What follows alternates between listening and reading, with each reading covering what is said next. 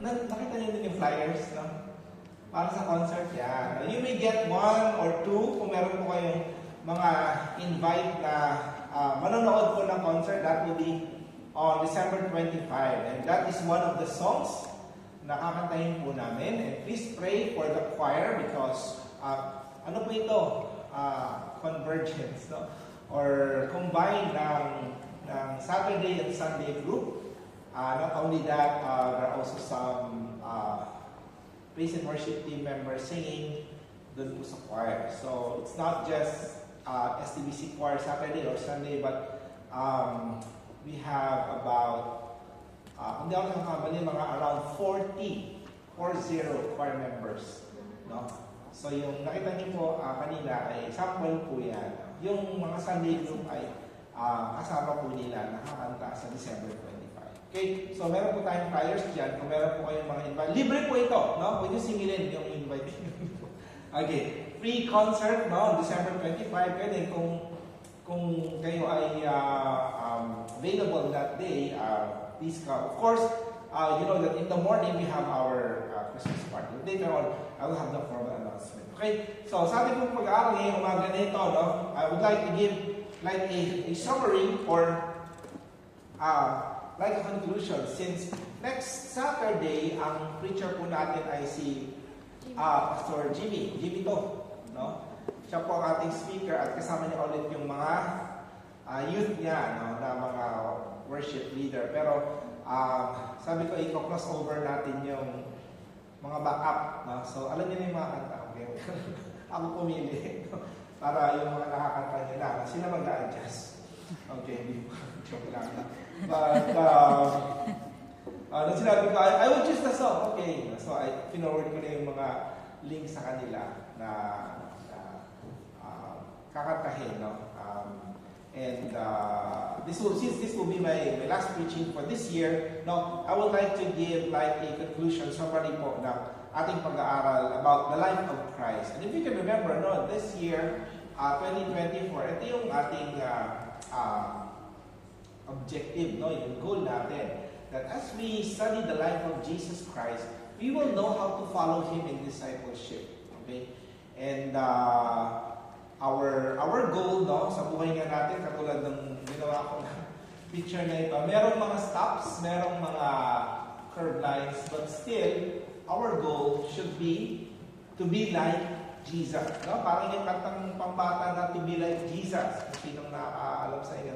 To be like Jesus, to be like Jesus. All I ask is to be like Him. Yan. No? Kasi natuturo ako ng mga bata dati, yung mga isa sa mga kanta. At yun yung maging goal natin na bilang Kristiyano, bilang disciple of Jesus Christ. Our goal is what?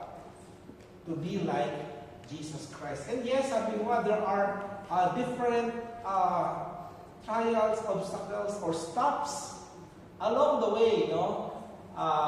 Ngayon, nandito ka sa Hong Kong, susunod na sa, ano ka na? Europe. Sa Canada.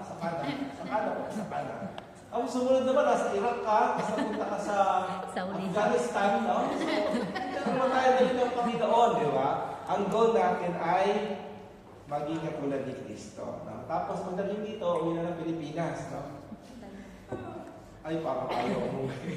Okay. So, Matthew chapter 4, verse 19. Sabi po yan sa ilang Panginoon, no? Sinama ko na yung verse 20.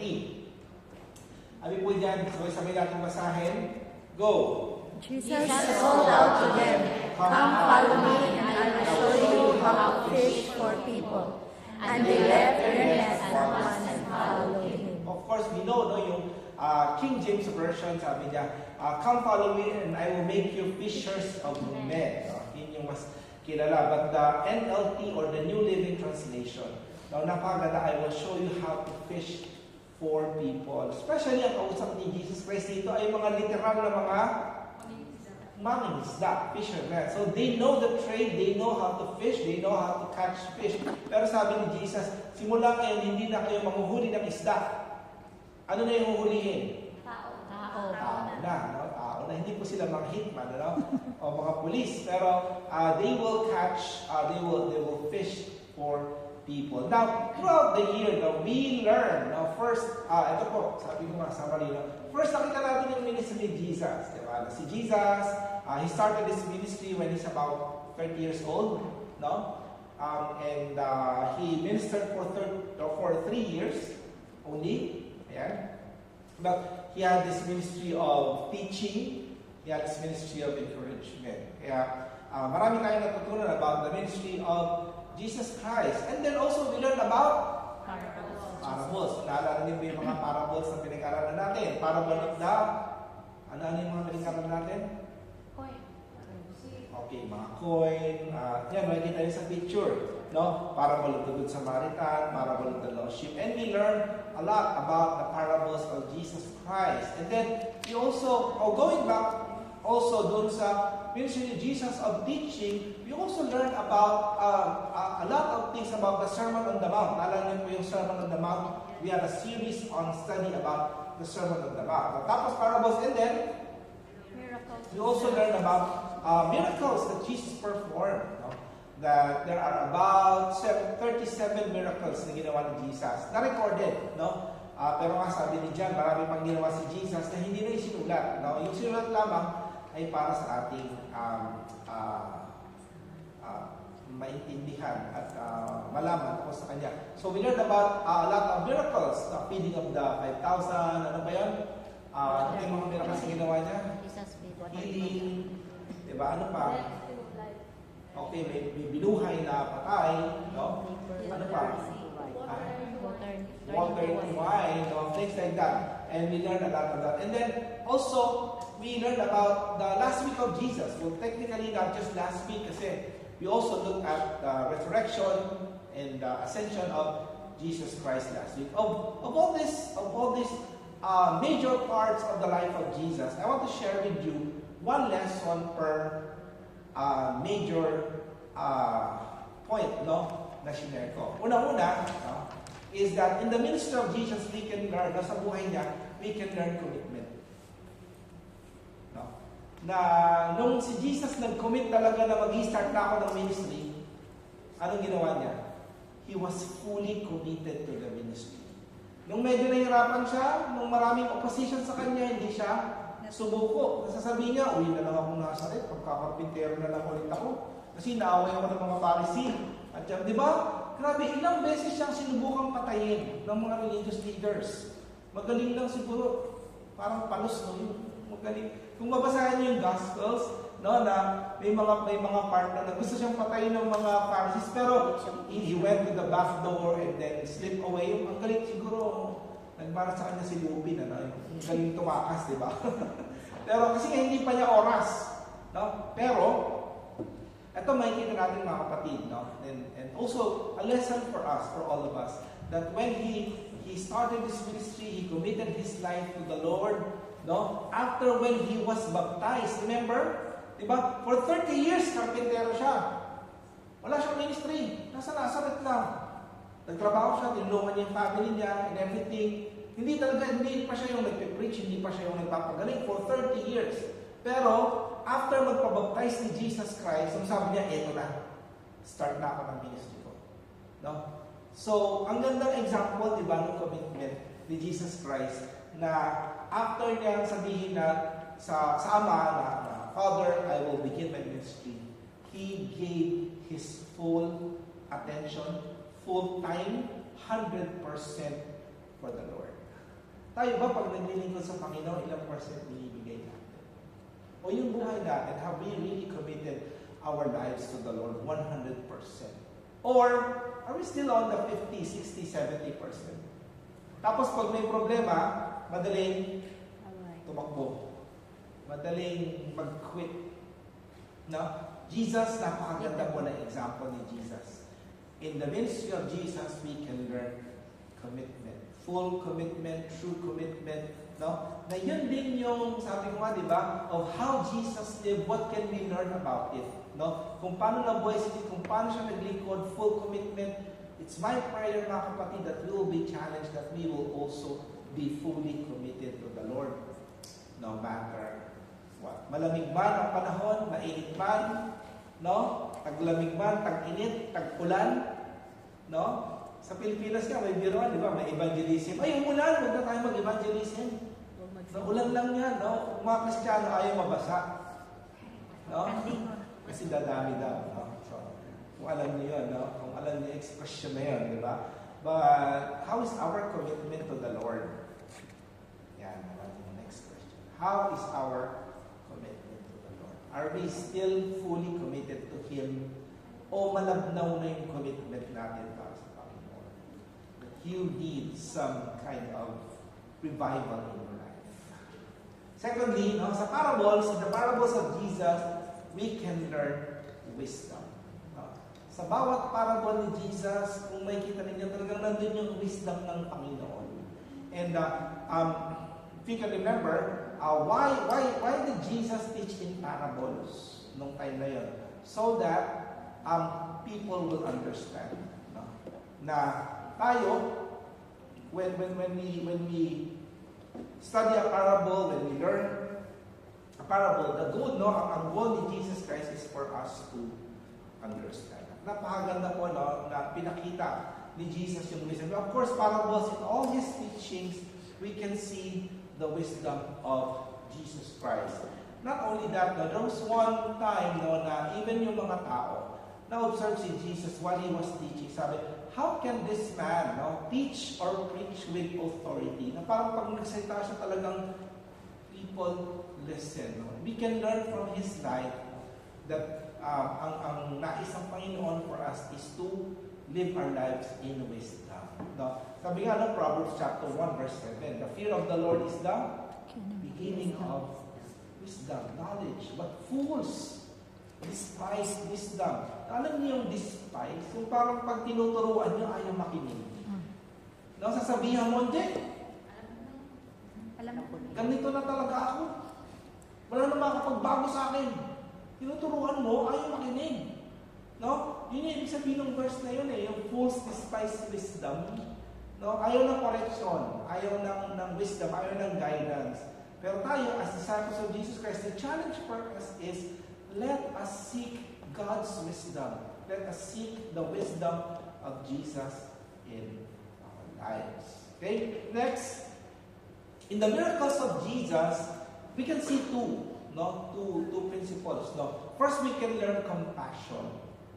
Compassion. Na kung tutuusin, kung titignan natin yung mga taong mga may sakit, parang, grabe yung nakita niyo yung compassion ni Jesus. Nung nakita niyo merong pulubi, merong may sakit, may bulag, tinutulungan niya. Diba? And ito isa sa mga personally that we can learn from Jesus in His miracles. That He He cared for all kinds of people. You remember our lesson in the miracles that Jesus cared for all kinds of people. Na hindi po siya namimili ng tao. Kasi minsan may mga tao namimili ng kaibigan. Pag nakita na mayroon kang bag na LV, parang, friend na tayo okay, nakita niyo, lagi ka nanlilibre, di ba? So, pero pagka nakita na parang, sige na, tama na lang. Di ba? So, Jesus, I remember one of the lessons we learned in the miracles of Jesus, that Jesus cared for all kinds of people. And I hope too, na tayong lahat, mga kapatid, we really don't know, mamaya yung nakakasabay niyo sa lift, yung nakakasabay niyo sa market, kung nga rin lang umingiti-ngiti yan, pero problemado pala. No? And they need your compassion also. So as disciples of Jesus, let us also show compassion to all kinds of people. Well, actually, you really don't know. Minsan nga, pati yung mga employer, no, kala nyo, pala problemado. No? Sino ba yung member na gano'n na yung employer niya problemado, para sa kanya pa nanghihingi ng advice, no? So, buti lang si Jandy sa counseling, no? Diba? And praise God because nagiging good testimony tayo sa mga tao sa paligid natin because we learn compassion from Jesus Christ. At hindi lang yun, in the miracles of Jesus, we can learn what? That Jesus is powerful. Yes, He is man, but He is also God. No? Kaya yung verse natin sa Philippians, I can do all things through Christ who gives us strength. You think mga kapatid, no, nung namatay si Jesus, di ba, nilibing, nabuhay muli, nabawasan ba yung power niya? Ano yung sabi ng verse ulit? Jesus is the same yesterday, today, and forever. Kaya kay Lord merong forever, no? Amen. Naman siya, no? So, yung power ni Jesus forever and ever. That's why if we feel tired, if we feel weak, if we feel discouraged, tandaan natin yung kapangyarihan ng ating Panginoon. Kasi Jesus na nagpagaling, no? He's also powerful to save you. Kaya ngayong awit na mighty to save. Ang sarap kawitin nun, di ba? Ano yung mighty to save? My God is mighty to save. Wala si papakata na yan. Dito lang wala pakata ng Sabado, parang sa linggo yata kinanta. No? When we were leading that, the Philippines, ang sarap tugtugin yan eh. Kasi yung thought that Jesus is mighty to save, di ba? So He is powerful to help us, to carry us. Wow! That is something amazing. Kung di pa natin na-realize yun, I don't know with you. No, na si Jesus is powerful. Siya yung lumakad sa tubig. Huwag niyo nang subukan lumakad sa tubig nung makapanunod kayo. No? Yung nagpakain ng libo-libo. No? Nasabi pa kayo, yung mga ibon niya, hindi nagugutom eh. Tataba eh. Di ba yung mga ibon dito nung tataba? No? Tayo pa kaya? Yan yung katabi niyo. Di ba, hindi naman mukhang nagugutom. Di ba? Nasabi ng Bible, Matthew chapter 6, hindi pinapabayaan ng Panginoon. Kayo pa kaya ng mga anak niya. Amen. And then nag-worry tayo mga kapatid. Our God is powerful. Diba sabi ng awit kanina, how great is our God. If you haven't realized that in your life, this is the time mga kapatid to isipin natin na wow, yung Diyos na lumikha ng lahat, si Jesus na nagpakain ng libo-libo, 2 beses, si Jesus na nagpatahimik ng bagyo. No, huwag lang kapag titin, na sasabihin mo, Lord, kailangan pumunta sa 7-Eleven, magpapadala ako, kailangan tumigil ang bagyo. No? Hindi po sarado yung 7-Eleven pag titin. No? So, in the miracles of Jesus, we can learn what? Power. Dalawa, compassion and power. And in the last week of Jesus, we can learn His what? Dedication. So actually, tinanong naman ni Jesus, di ba, yung nasa Garden of Gethsemane siya, Father, kung pwede, na hindi ko nadalasin to. But not my will. Yours be done. Kung tutusin, pwede na umatras si Jesus noong time na yon. No? Kasi alam niya kung ano yung mangyayari sa kanya.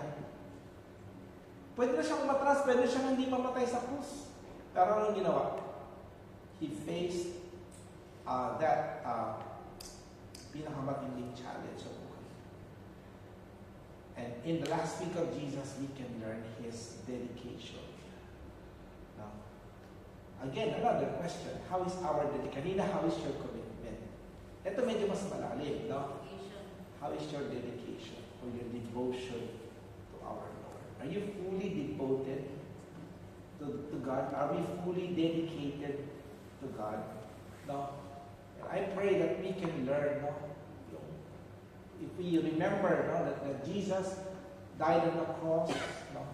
He suffered, and we learn about His dedication para sa Panginoon, para sa mission ng Panginoon sa kanyang buhay. I hope that we can also be dedicated to God. Now, with all this lesson, no, I want to challenge you with this verse, 1 John chapter 2, verse 6. Ano sabi ko? Sabay-sabay natin basahin. Whoever claims to live in Him must live as Jesus did. No. Simple words, whoever claims that you're a Christian. O Christian ako, bakit Christian ka? Kasi nagsisimba ako sa Baptist. No, ay, may siya doon, laki ng simbahan, no? Ganda. No? Yun lang ba yun? Are we Christians because we go to church?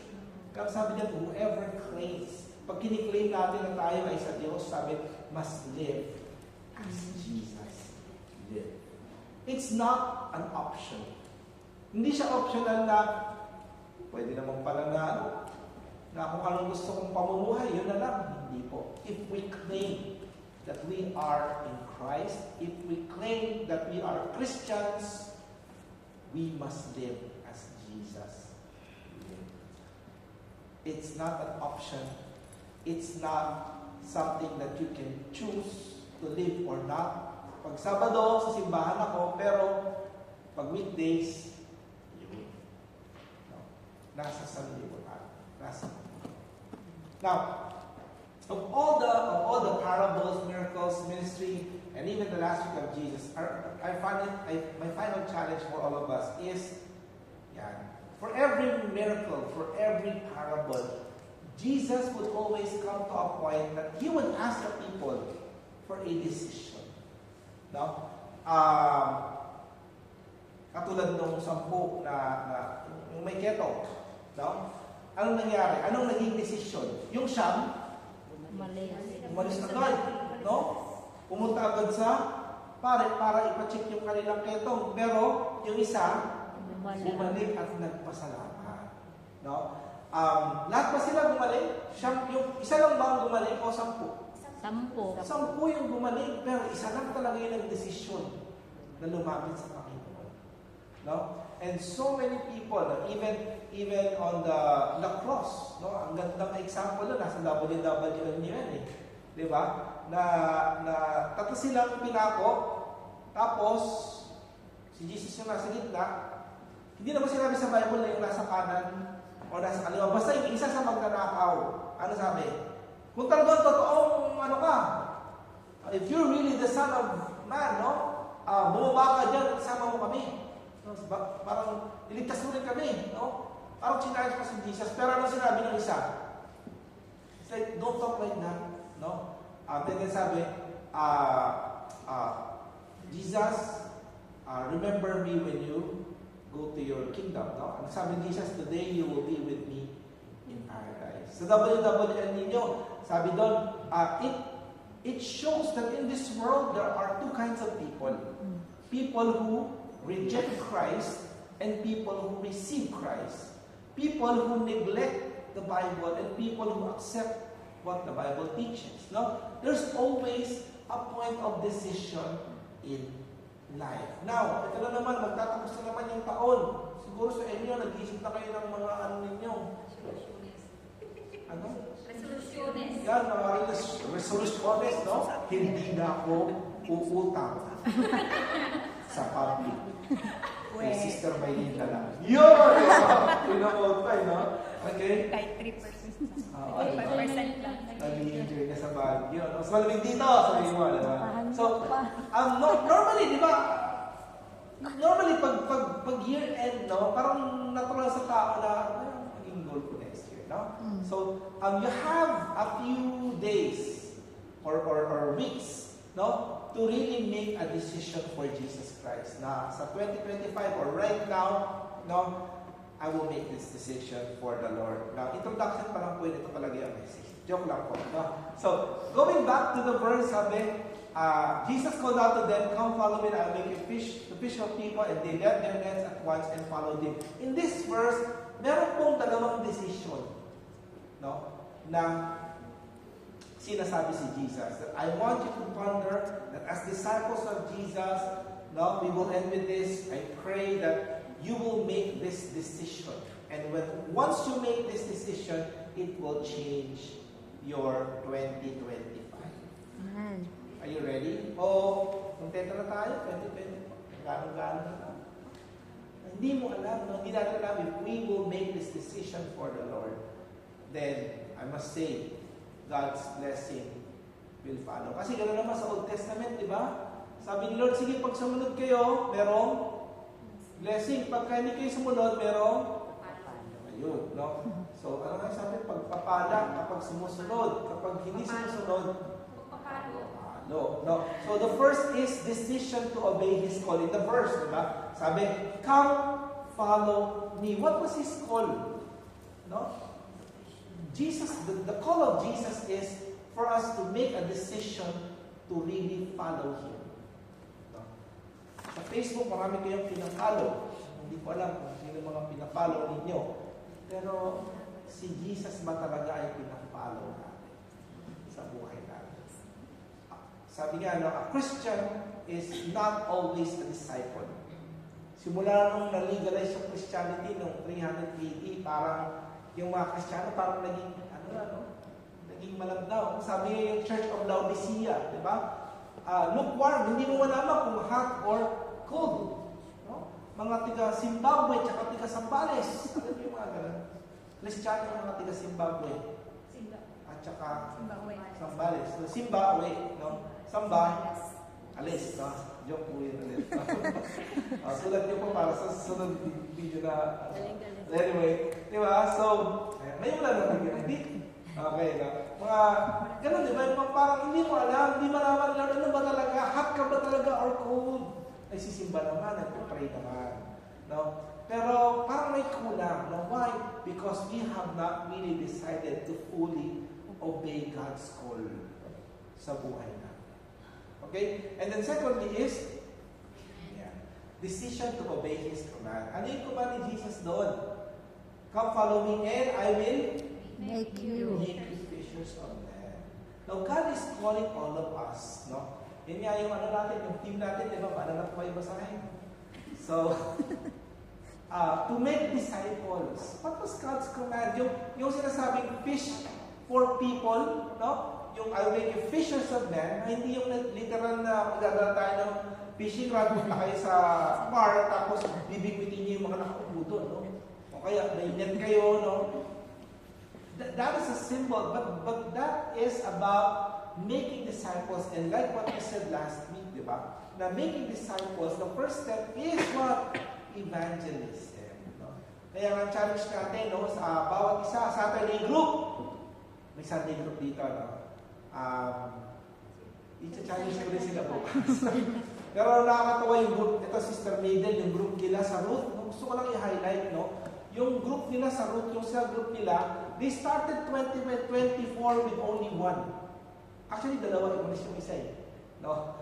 Isa lang, leader lang natira. Tapos sabi ng mga deacons, Pastor, dissolve na natin yan. Ako, no. Pag-pray natin, tulungan natin yung group na to. Alam niyo, kailan sila ngayon? May gitna na kayong 20, ano? Yes, Pastor. Oo. Grabe. Hindi natin ko na nga, sabi ko, Ruth, house of God, mag-2 groups na kayo kasi sobrang dami nila. Bawa naman tagal sa 20 in just one cell group. Grabe, no? Kasi inobserve ko sila, started with the leader, Sister Liza, Iskiri, ang sipag mag-invite. There were months that halos buwan-buwan meron siyang may mga invite siya, tapos nag-stay. Tapos sila yung mga na-invite, ang sisipag din mag-invite. No, yan, Sister Maiden, bagong baptized, di ba? So, sinuwento niya sa amin kung paano siya, yung mga kaibigan niya, sa yun na yung mga naging goal niya, na mission niya na, dali niya sa simbahan. At ngayon, no, nakakatuwa isa yan sa mga cell groups na grabe yung addition of finance. And considering that January 2024, isa lang ang House of Group. Tapos ngayong matatapos yung taon, mahigit 20 sila. That they needed to have 2 groups already. Kalimutan ko sino yung leader ng isa. Mr. Wayne sila. So may route 1 tsaka route 2 na. No? So, ewan ko magiging route 3 pa. No? Or route 4 next year. No? So, why? Because they were willing to, they decided to obey His call. Paano na lang kung nung umpisa sabi, sige, dissolve to yung route. Diba? O yung leader, ipasok ko na lang sa ibang group. We don't know, no? Pero by faith, I challenge the deacons, I challenge the leaders. No, after the double sa Jantin yun, diba? Sa Jantin Ching, yung leader. Gusto mo mag-back out nung una kasi nihirapan natin sa schedule. Diba? Pero I encourage si Sir Ching, this is still, tuloy ka lang. Tapos, grabe, no? Sobrang, why? Because they decided to really obey the command of Jesus. Sabi ko sa inyo, mga kapatid, pinagpala yung Saturday group ng napakalaking lugar. This week, I met a pastor na meron silang church sa Sungshawan, Global Harvest something, na Filipino. And then when I look at Facebook, yung worship hall nila, malaki pa yung e-room. Worship hall na yun. No? Kasi mga ka-schoolmate ko sa seminary, yung mga nag-work, nag-pastor doon, no? And then when I look at their worship hall, parang, nagulat ako. Malaki pa yung irong natin. Malaki pa yung rooftop. Pero tayo, blessed tayo ni Lord ng nakagan ng worship hall. Kailangan lang natin punuin. Yes. No? Amen. And I pray, mga kapatid, 2025. No, December 25, counseling also. Yes. No. Sa December 25, invite your friends kasi I will preach and there will also be invitation po, no, to receive Jesus. Kung nahihiya pa tayo, kasi meron kasi talagang iba nahihiya mag-share. Totoo naman talaga nahihiya pa, pero hindi kayo nahihiya mag-invite. So kung yun yung kakayanan niyo mag-invite, ayos din yun. Kasi meron naman tayo mga kapatiran na malakas ang loob na mag-share, makapal ang Bukas. hindi po yung loob, malakas ang loob na mag-share, na kahit bago lang, kala mo, hindi lang magkakilala, di ba? And we help each other, no? It's a gift, no? Kahit yung pag-invite, ang hirap kaya mag-invite, no? Yung nasa 10,000 text ka na, di ba? Parang wala pa rin, hindi ka pinapansin. Totoo. Di ba? Indian pa. Oo, hindi mo alam kung Indian o Pilipino o Amerikano. Indian pa minsan. Indian ka, di ba? Kaya nakintay sa MTR. Biglang sa, parang ako na, may invite ka gano'n. Nabes ka rin invite na to. Ay, pinsan. May pinsan kasi ako nila. Si amo pala, biglang may pinsan po ako na helper din. Tagal ko na invite dito. Sa STBC, pero ang daming mga dahilan. Ay, may pupunta pala kami ng mga friends ko. Sige. So yun, bukod yun sa minsan ko na nag-work sa Chilwan. Pero, although church naman daw siya sa ibang church, kaya lang, syempre, gusto siyang i-invite dito. Diba? But, ang challenge natin mga kapatid, no? And I praise God then for Saturday group dahil for let's say 2 years, for 2 years, nag-triple na po yung attendance nila. Amen. No? Why? Kasi when I started 2022, no? Nag-lunch lang kayo sa taas.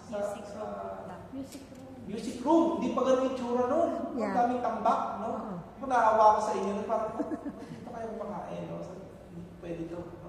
So, kaya lumabas kayo ng e-room, kayo ng music room, napunta sa library. No? Talagang pinayin natin ng library, no? Tapos, next year, sa e-room na kayo mag-lunch. Wow. Every Saturday.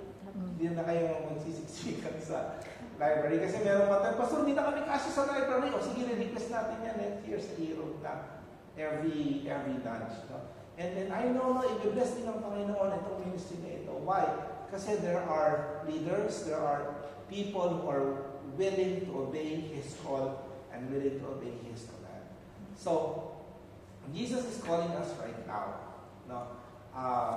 And asking you, will you make that decision for the Lord? To obey His call and to obey His command. And I leave the decision to you, mga kapatid. I don't want to force you to make that decision right now. I want you to think about it. Parang yung sabi ni Jesus na when He was talking about discipleship, He compared it to someone who is building a house. Sa Pilipinas, sino na magpagawa ng bahay sa inyo? Uy, ayaw umamin. Sister Cynthia, alam ko, meron ka ng mga 6 bedroom. Diba? Bago ka magpagawa ng bahay, lalo na sa Pilipinas, kailangan, siyempre, kailangan may pera, kasi kung wala, no? So, kailangan mag-compute, no?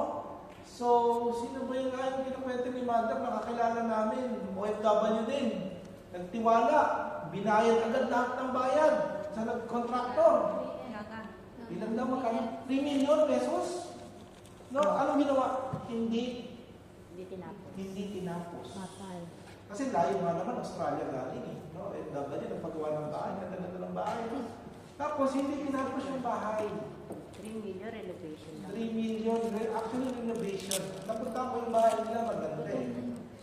Kasi renovate. No? So sabi ni Jesus doon sa example na yun, sabi niya, if you consider following me in discipleship, sabi ni Jesus, think about like someone who builds a building na nauupo muna siya, kukumpit muna siya, saan ba pera ko? Pagka short, itutuloy niya ba yung yung pagbibil? Hindi. No? Pero pag alam niya na, okay. Ganun din yung binigay na example ni Jesus sa isang hari na pupunta sa gera. Sabi niya, hindi ba yung hari na yon ay titignan niya muna kailan yung sundalo niya, pag-iisipan niya muna.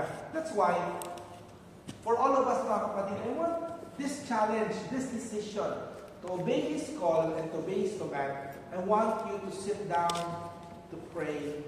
Find time. December 26, mga kapatid, statutory, wala tayong program sa church. No? Pwede niyong gamitin yung opportunity yun to really think through. What would my life be for 2025? How would my life be? Uwi na ba akong Pilipinas? Ay, para tayo ba? Diba? Ubusin ko na lahat ng utang ko ng 2025. No? Pwede kayong mag-set ng goals. Diba? Financial goals, emotional goals, magkaka-boyfriend na. Ay, ayaw. Okay? No? Silent eh. Silent? Saan? Silent siya. Silent. No, kala mo lang yan. No, okay. So, there are decisions that we can make for 2025. And I hope and I pray that it involves our decision to obey the call of Jesus and our decision to obey His command. Kasi, yung natutunan natin sa buong taon, pag hindi tayo nagkaroon ng personal decision to obey His call and obey His command, magiging walang silbi, walang kapunan. Parang pumasok lang sa kanang tenga if we will not make a decision for that. Again, I don't want to force you. I want to give you time. No?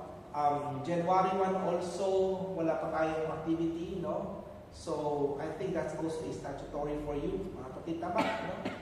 Ingat lang sa mga putukan. No? Pero January 2 yata wala. No? January 1 lang ang holiday. Diba? So, I hope and pray that as we face 2025, we will make a decision for Jesus. Let's pray. Father, we thank you for your word. We thank you for the life of your Son, Jesus Christ. Help us, O God, to learn commitment. Help us, O God, to learn wisdom.